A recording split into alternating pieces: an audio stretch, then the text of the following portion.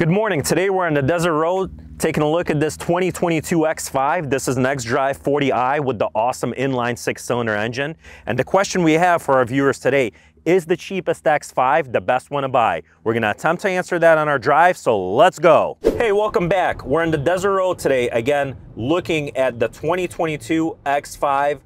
This is the xDrive 40i inline 6-cylinder engine. We had a chance to take this on a little road trip over the weekend. I've had this car for a couple days, just giving it a thorough drive around just to kind of see what it behaves like, drives, as I'm shopping for X5s myself right now. So I wanted to talk about this car briefly, talk about what I like, what I don't like, and just my overall recommendations. So let's begin. So this is not an M Sport package. This is actually the X line. This is close to as base as they come. I believe this car has close to no options outside of a couple random ones. It does ride on 20-inch wheels. I believe you can get 19s on here. This is the 20-inch wheels. There's little to no tire noise outside of very, very rough surface. It drives with the regular suspension. It's overall pretty much buttery smooth all around. From a luxury aspect, this car is close to whisper silent. So it doesn't have the burbles, it doesn't have your exhaust noise. I know some car buffs on here might want that, but in a daily driver, something like this, it's kind of nice to have a nice serene drive in here. Just very quiet, hush all around. The windows are not the double insulated windows, which I believe were an option on some of the year X5s. This is just standard glass.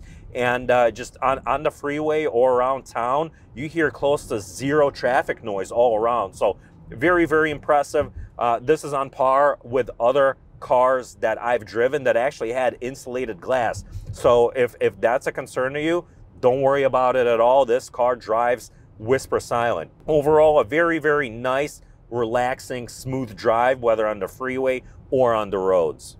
Moving on to the engine. I'm really impressed with the way this car accelerates. Truly spectacular, the way it kind of just picks up and goes at all speeds. So either from a light, it has enough power and torque to get you up to speed very, very easily. A lot of people compare this or, debate if you need a V8. I've never asked for more power in here, and I do like my powerful cars, and I've never wanted any extra surge of power. Honestly, unless you need a little extra grunt or you want to hear that noise, you will never ask for any more power. It truly is just enough. Overall, this car, I'd give it probably 80% luxury, 20% sport. It definitely has some sport characteristics built into it, so you do feel that BMW shine through. But overall, day to day, if you're looking for an awesome daily driver, this is probably close to as good as it gets. Okay, so also regarding our trip, it was mostly highway I took over the weekend. This car actually gets really good gas mileage. I didn't actually measure the precise numbers. I want to say it's somewhere in the mid-20s.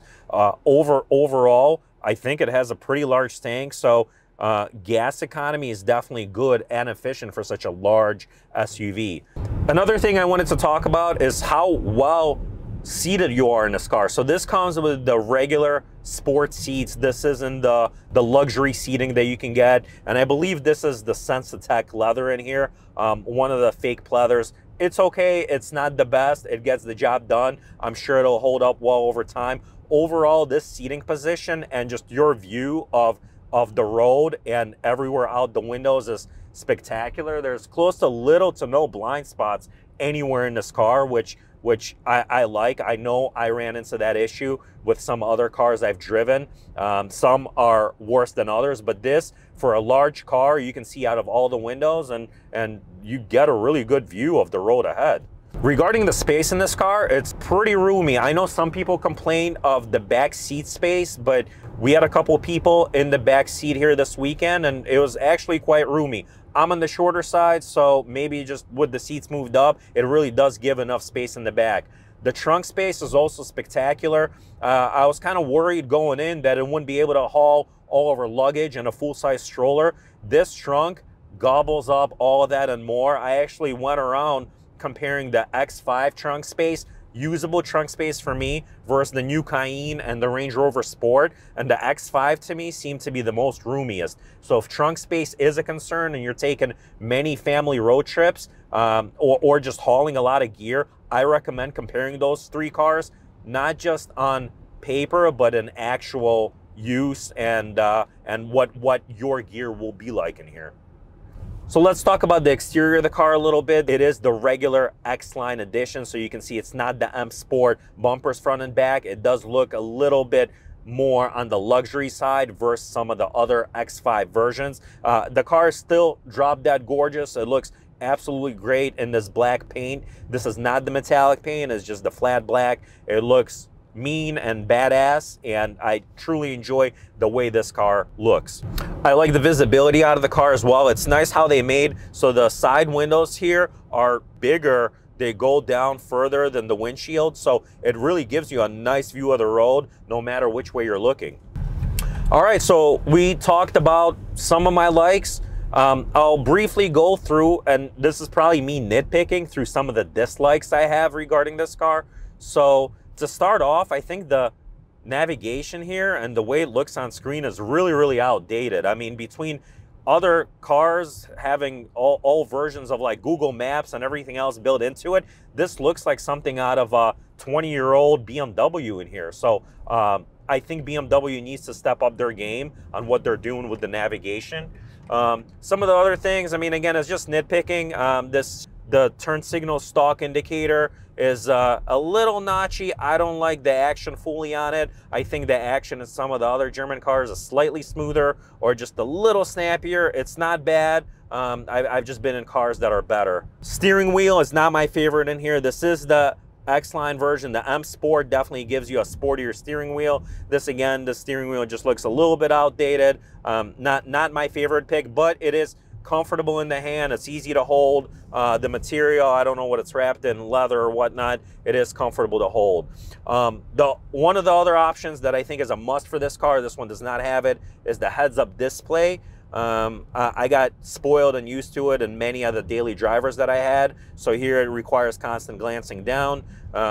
Not a major thing, again, an annoyance. It comes, I think, in both the premium package and the executive package if you're shopping for one of these. So I would highly recommend getting the heads-up display. It definitely makes driving, especially on the freeway, much easier, as it shows you the speed limit and the speed you're driving at simultaneously. Let's talk about the stereo in this car. This one is equipped with the bass stereo. If you don't like to listen to your music particularly loud, this gets the job done.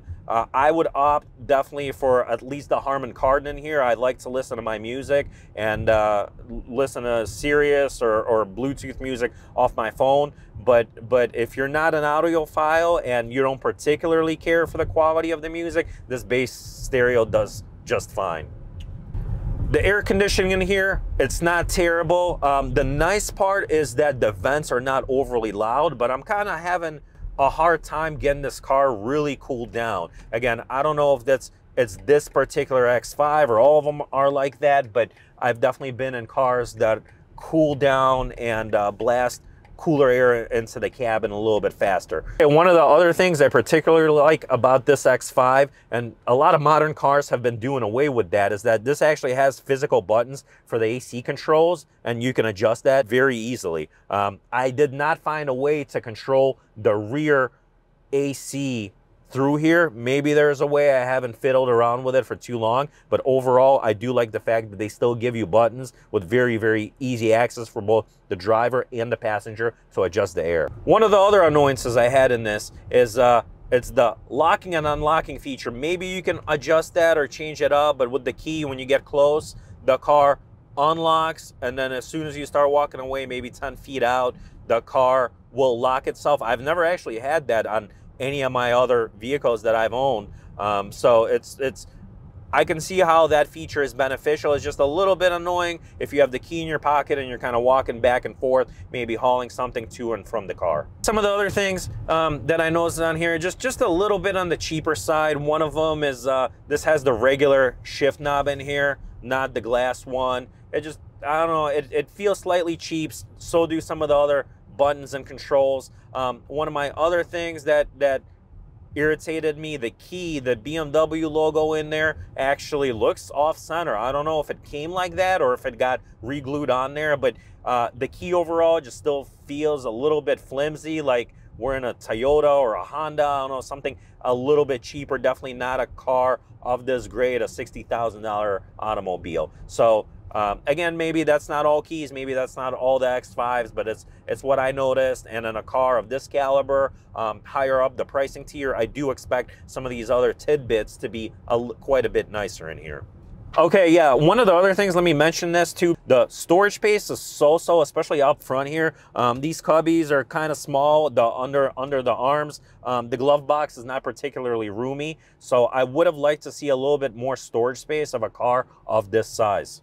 Another great thing in this X5, so you don't find much of that in some of the modern SUVs. This actually has the giant moonroof, but the net cover on here is solid black. So in states such as here in Arizona, it's really nice to have that because a lot of them today are see-through and the car gets particularly hot. Not on here. They actually provide you with a pitch black cover where you can black out the roof entirely. And I really appreciate that BMW does that. Okay, so some of you might be wondering, what is the best X5 to get? And I arguably think for a daily driver, this X-Line version that has pretty much everything you need in here and all the luxury goodies would be my top pick out of all of them. Again, for a daily driver where you just want a nice, serene, relaxed ride, you really can't beat this version on the regular springs, riding on 20-inch wheels. It'll give you everything you're looking for and more. And I'm hard-pressed to find any major complaints with this car if I was to have this version as my daily driver. All right, guys, today we looked at the 2022 X5. I think it's a wonderful ride. It'll work great for my family. You guys do your homework and see if this car will work for you. Until next time on the desert road.